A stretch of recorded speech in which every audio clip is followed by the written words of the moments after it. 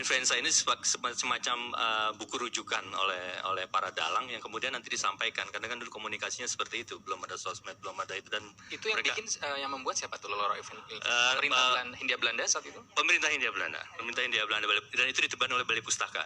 Dan ada data yang menunjukkan bahwa tingkat peminjaman buku itu pada tahun 20 sampai 23 itu cukup signifikan, tinggi, 3.000. Literasi orang membaca itu masih rendah, begitu ya. Iya, jadi masih ketuk tular, masih. Jadi peranan dalang, peranan tokoh pewayangan, kisah-kisah itu jadi sangat membantu gitu. Iya, betul.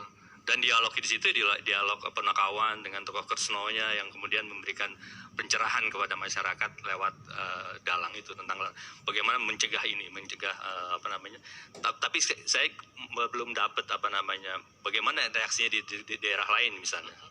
Apakah sama dengan Jawa atau bagaimana, kita belum waktu melakukan penelitian itu belum sampai ke sana. Baik, jadi ada kisah bertutur iya. Gitu ya yang disampaikan, intinya sih jaga kesehatan yang utama, peduli diri sendiri dan peduli orang lain dengan cara diantaranya mulai dengan tidak keluar jika sakit gitu ya. Betul. Lalu apalagi nih kisah mungkin Bu Tri yang bisa dibagikan pagi ini dari sisi peranan masyarakat yang positif di saat itu yang bisa kita ambil pelajarannya? Iya, sebelum ke masyarakatnya, kalau tadi Mas Kresno sudah membahas tentang masyarakatnya, saya ingin dari segi pemerintahnya nih Mas ya, untuk masyarakat. Jadi pemerintah itu secara teratur, dia mobil-mobil dinas kesehatan, dari dinas kesehatan tuh setiap hari itu berkeliling kota.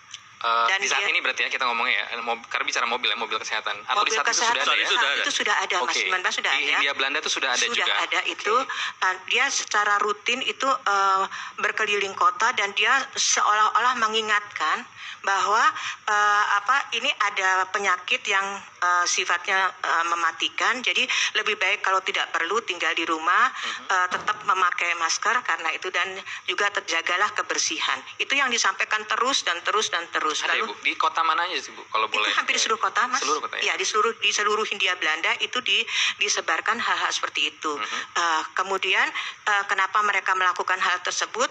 Karena pada saat itu tidak semua orang kan sempat belum bisa membaca koran, terus tidak semua orang juga punya kesempatan untuk mendengarkan atau apa. Jadi melalui pendekatan itu seolah-olah yang mengingatkan, waspada loh, jangan seenaknya loh, jangan menganggap remeh penyakit ini. Itu yang dilakukan. Nah, atas dasar itu kemudian respon dari masyarakat, ada dua hal yang bisa kita lihat. Perbedaan pandang antara pemerintah dan masyarakat. Dengan adanya seperti itu, tadi juga sudah dikatakan oleh Mas Kresno, masyarakat melihat bahwa sumber penyakit ini adalah dari alam, dari debu, dari angin dan sebagainya. Sementara pemerintah melihatnya, pihak pemerintah Belanda dalam hal ini adalah dari luar, pendatang yang datang ke Indonesia itu membawa atau carrier bagi Baik, ini menarik, ada perbedaan.